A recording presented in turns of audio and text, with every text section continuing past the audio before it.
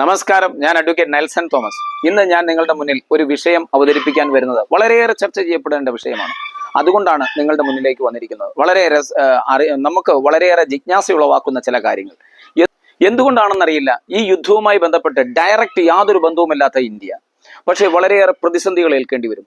രാജ്യത്തിന്റെ അമേരിക്കയുടെ വാക്കുകൾക്ക് മുന്നിൽ നമ്മൾ ഓച്ചാനിച്ച് നിൽക്കേണ്ട അവസ്ഥ വരുന്നു.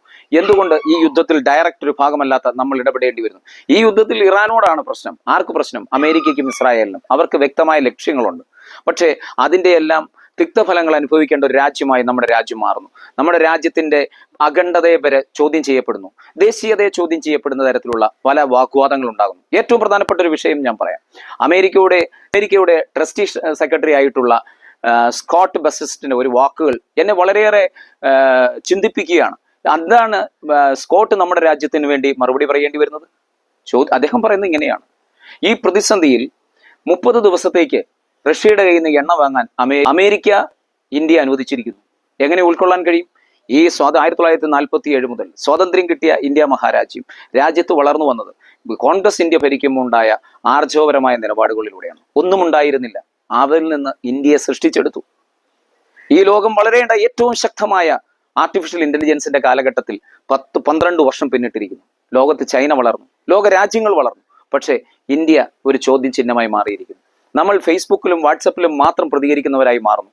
ഇത് വളരെ വളരെ വലിയ രീതിയിൽ നമ്മുടെ ദേശീയതയെയും നമ്മുടെ അഖണ്ഡതയും ചോദ്യം ചെയ്യുന്ന ഈ തരങ്ങളിൽ നമ്മളെപ്പോലെയുള്ളവർ 100% ഇത് കേരളത്തിൽ മാത്രമേ ചോദ്യം ചെയ്യാൻ ആളുകൾ കാണും. ചിലപ്പോൾ തമിഴ്നാട്ടിൽ നിന്ന് ആൾക്കാർ വരാം. പക്ഷേ ഒരു കാര്യം വ്യക്തമാണ്, ഇത് വളരെയേറെ വേദനാജനകമായ സിറ്റുവേഷനാണ്. ഇന്ത്യ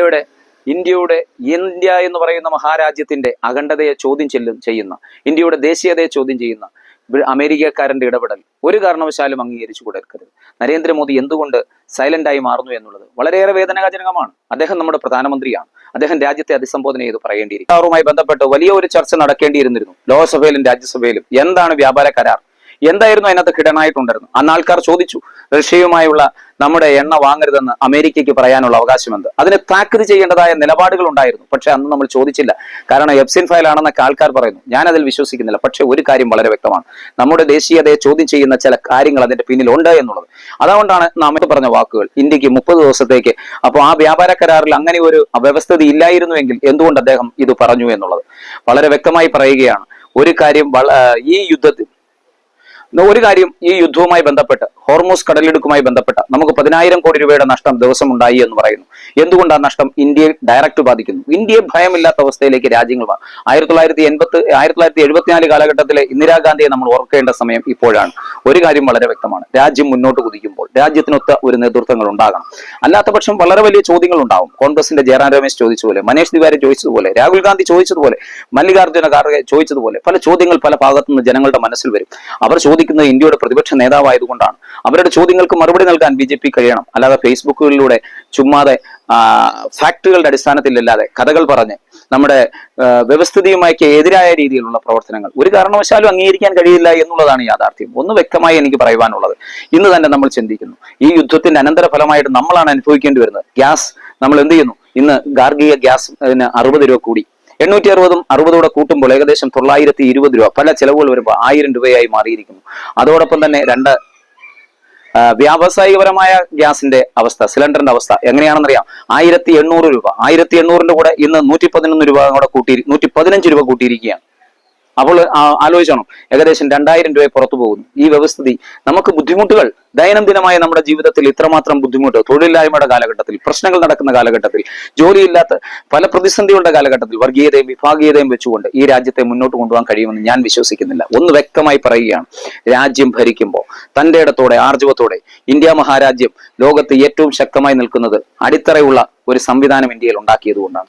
ആ അടിത്തറയുടെ മുകളിൽ നിന്നിട്ട് അടിത്തറ ഇളക്കുന്ന പരിപാടിയിലേക്ക് കടന്നു പോകുമ്പോൾ ഈ രാജ്യത്ത് വർഗീയത കൊണ്ട് മാത്രം മുന്നോട്ട് പോകാൻ കഴിയത്തില്ല, വിഭാഗീയത കൊണ്ട് മാത്രം മുന്നോട്ട് പോകാൻ കഴിയില്ല എന്ന് ഓർക്കണം. കാലം മാറും, ഭരണം മാറും.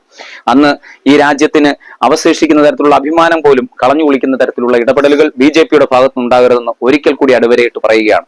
അമേരിക്ക ഇന്ത്യയുടെ മുന്നിൽ ശക്തമായ രീതിയിൽ ഇന്ത്യ താക്കീത് ചെയ്തിട്ടുള്ള രാജ്യമാണ് അമേരിക്ക. അമേരിക്കയൊന്നും ഇന്ത്യക്ക് ഒരു വിഷയമല്ലാത്ത കാലഘട്ടമായിരുന്നു. ഇത് ഇല്ല, നമ്മൾ വളരെ വ്യക്തമായി മനസ്സിലാക്കണം. ഇത് AI കാലഘട്ടമാണ്. AI കാലഘട്ടത്തിൽ AI ഉപയോഗിച്ചുകൊണ്ട് തന്നെ വളരാൻ കഴിയണം. അത്തരത്തിലുള്ള വിദ്യാഭ്യാസം ഇന്ത്യയിലെ ജനങ്ങൾക്ക് കൊടുത്ത് മാൻ പവർ ലോകത്തിന്റെ ശക്തിയാക്കി മാറ്റാൻ ഇന്ത്യയിൽ കഴിയും. ഇന്ത്യയുടെ ഏറ്റവും വലിയ ശക്തി ചൈനയെ പോലെ തന്നെ മാൻ പവർ ആണ്.